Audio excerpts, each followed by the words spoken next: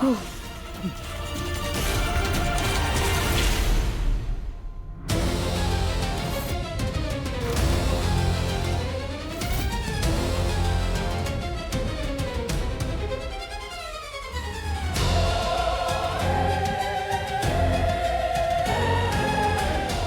तू इथे काय करतेस देवयानी? स्वातंत्र्य मिळाल्यानंतर कसं वाटतंय? तू नेमकी कोण आहेस ग? तुला पहिल्यांदा पाहिलं तेव्हा धर्माची ज्ञानाची उपासक वाटली होतीस. माझ्या नवऱ्याने तुझ्यात तेच पाहिलं म्हणून त्यांनी तुला शिष्या म्हणून स्वीकारलं. मी तुला आपलं मानलं, तुला आधार दिला. पण तू राक्षस निघालीस. निर्दयी राक्षस. राक्षस?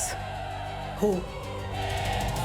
स्वतःच्या स्वार्थासाठी निष्पाप लोकांचा जीव घेणाऱ्याला दुसरं काय म्हणायचं? अरे बापरे. देवयानी आता काय करू ग मी? तुला तर माझं सगळं सत्य कळलंय. कुणाला सांगू नकोस हा?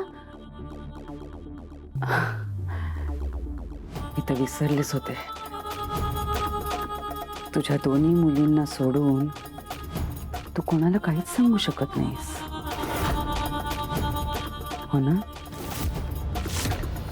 काळजी करू नकोस. मला कोणाला काही सांगण्याची गरजच नाही. कारण तुझं सत्य आता लवकरच बाहेर येणार आहे. माझं सत्य बाहेर येणार आहे. विसरलीस? तुझी वेसण आता मीराच्या हातात आहे.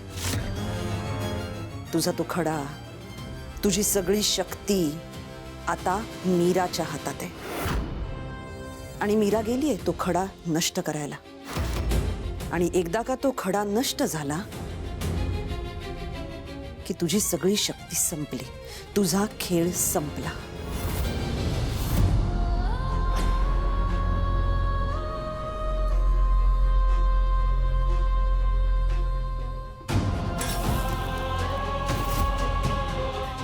देवयानी, तू आणि तुझ्या